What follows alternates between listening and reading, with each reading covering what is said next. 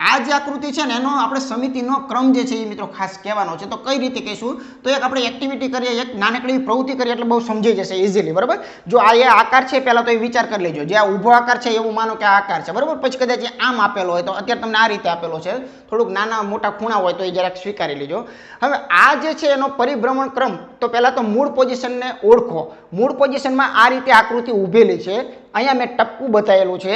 હવે બરોબર ધ્યાન રાખજો, આમાં તમને ખાસ આકૃતિને ઊભી એમને રાખું છું એટલે તમને દેખાય. પહેલી પોઝિશન જે છે એ આની પાછળ છે, હવે એનું રોટેશન ચાલુ થાય છે. મૂળ પોઝિશન તો ઊભી જ છે, યાદ રાખજો. મૂળ પોઝિશન અહીંયા ઊભેલી છે, એને આપણે ફક્ત ઓળખાણ માટે રાખીએ છીએ કે મૂળ પોઝિશનમાં કેવી વસ્તુ દેખાતી હતી. ઓકે, ચાલો હવે તમને ખ્યાલ છે, બધું સમજી ગયા છો કે આ સીધી રેખામાં હતું એટલે વચમાં ક્યાંય ઊભું રાખવાથી મૂળ પોઝિશન જેવો આકાર ક્યાંય આવવાનો નથી, એટલે સીધું 180 સુધી જતું રહેવાય. આ 180 ગયા.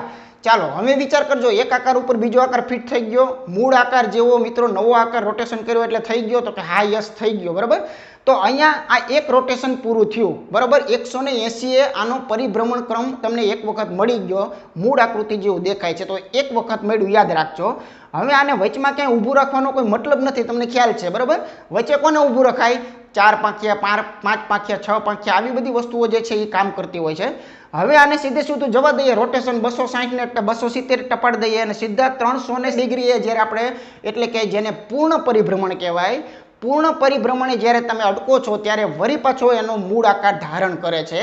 તો આની પરિભ્રમણ સમિતિ જે છે એ મિત્રો આપણને કેટલી કહી શકાય છે? 2 જે છે એ આપણે કહી શકીએ છીએ.